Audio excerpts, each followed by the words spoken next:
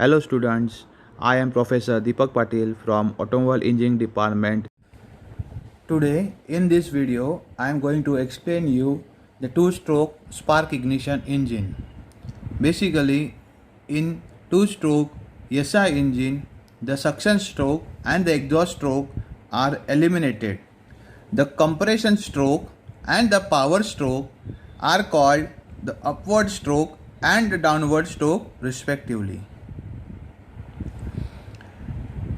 Instead of using the valves, two-stroke engine uses the inlet port port and outlet port, as I had explained earlier in the video. For 4-stroke SI engine and 4-stroke CI engine, the both engines uses the valves, but in 2-stroke engine they uses the inlet port and the outlet port. The major difference in the 2-stroke and the 4-stroke engines are the method of filling the charge. That means method of air fuel filling charge inside the combustion chamber. And the major second difference in 2-stroke and the 4-stroke engine is removing the burnt gases from the 2-stroke SI engine. Now the principle of 2-stroke SI engine are described as follows. First of all, I will show you the diagram for the 2-stroke SI engine. Here, this is the diagram for 2-stroke SI engine. Here are the 4 diagrams they had shown you. First of all, I will tell you the components. This is the spark plug, cylinder, piston, connecting rod, crankshaft, crankcase. These are the knowable parts which you may be knowing, but the different things in this engine are the exhaust port here and the inlet port here.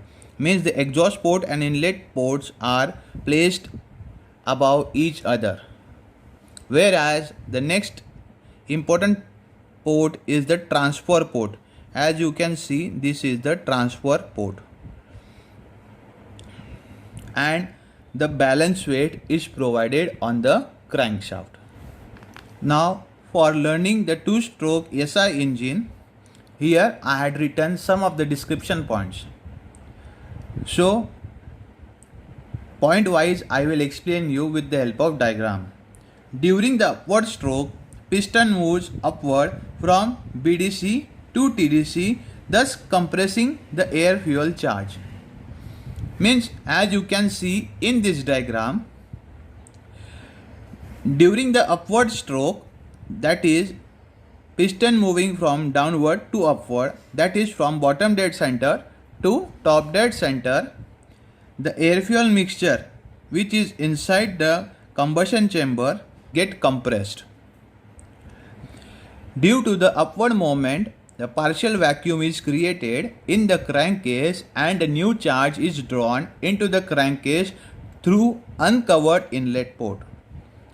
Now for this point, as you can see in this diagram, when the piston is moving from the bottom dead center to top dead center, the balance weight moves in the clockwise direction, and thus there is a partial vacuum created inside the crankcase.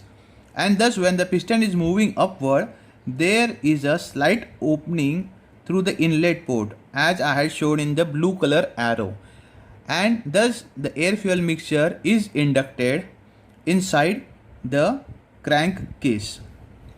The exhaust and the transport port is covered when the piston is at TDC. As you can see in the diagram, when the piston reaches to the top dead center over here, the exhaust port is closed, as well as the transfer port is closed with the help of piston.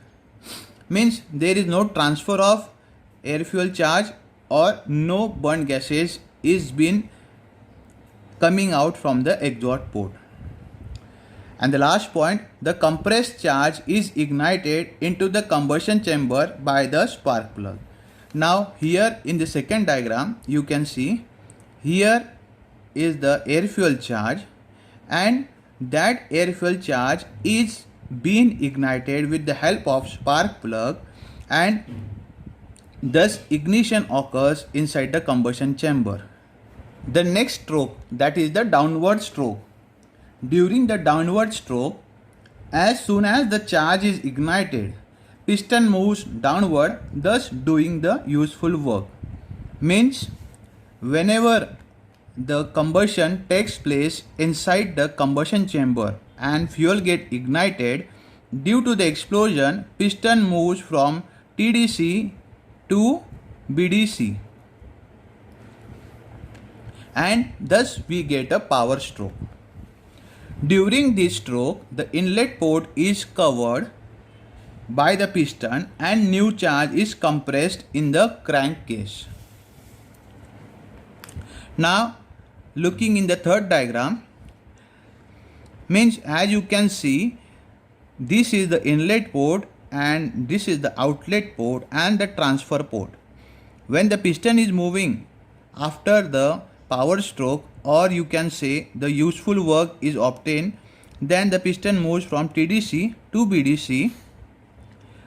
A new charge is compressed inside the crankcase.